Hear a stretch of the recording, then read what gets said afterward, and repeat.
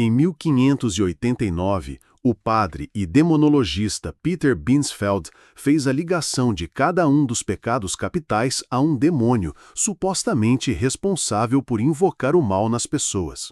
É a partir daí que Rafael Montes cria 7 histórias situadas em um vilarejo isolado, apresentando a lenta degradação dos moradores do lugar e, pouco a pouco, o próprio vilarejo vai sendo dizimado, maculado pela neve e pela fome.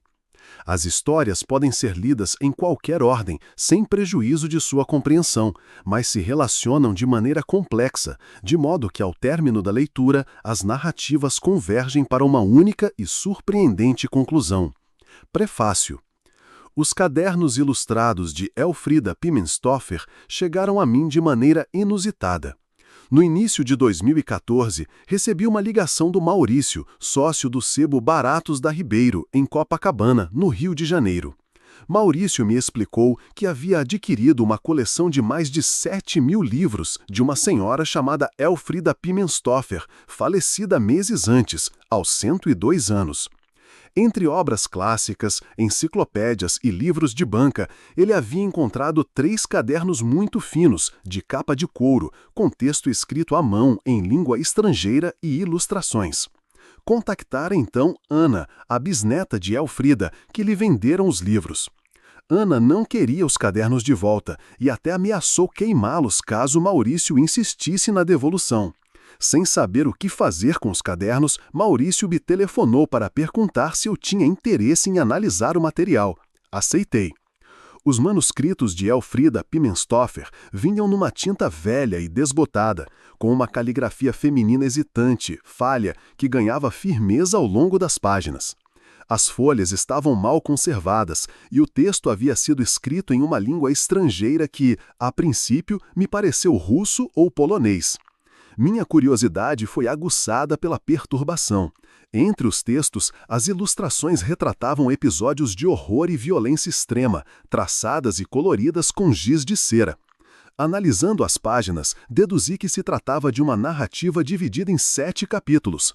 Na parte interior da capa de cada um dos 3 cadernos, encontrei um nome, Peter Binsfeld, escrito na mesma caligrafia. Com a ajuda da internet, descobri que Binsfeld era um padre, teólogo e demonologista que viveu em Trier, na Alemanha, no século XVI. O legado mais famoso do padre Binsfeld é a Classificação dos Demônios, escrita em 1589.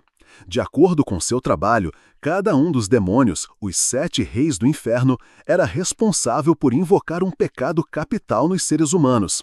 Asmodeus, luxúria, Belzebu, gula, Mammon, ganância, Belfior, preguiça, Satã, inveja e Lúcifer, soberba. Em meio a dicionários, atlas históricos e sites variados, percebi que não se tratava de russo, tampouco polonês ou ucraniano.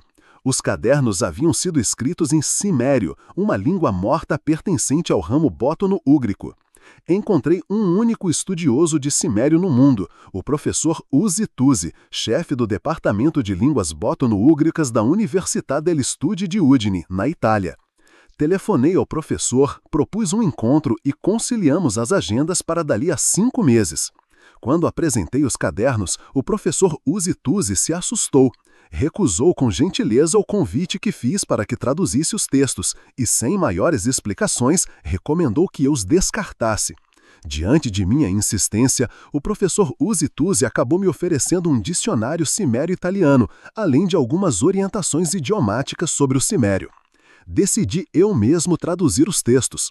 A complexa sintaxe do idioma e sua irregular conjugação verbal dificultaram muito o trabalho. A prosa ciméria é cheia de retraimentos, subtrações, efeitos, com usos e conotações flutuantes.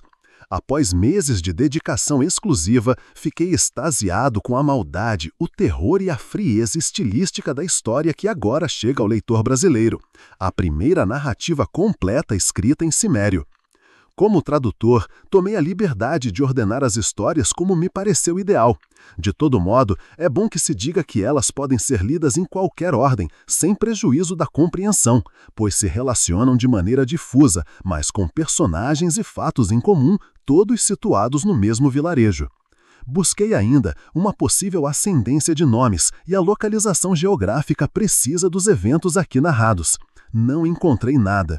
O vilarejo, se existiu em algum momento, sumiu do mapa.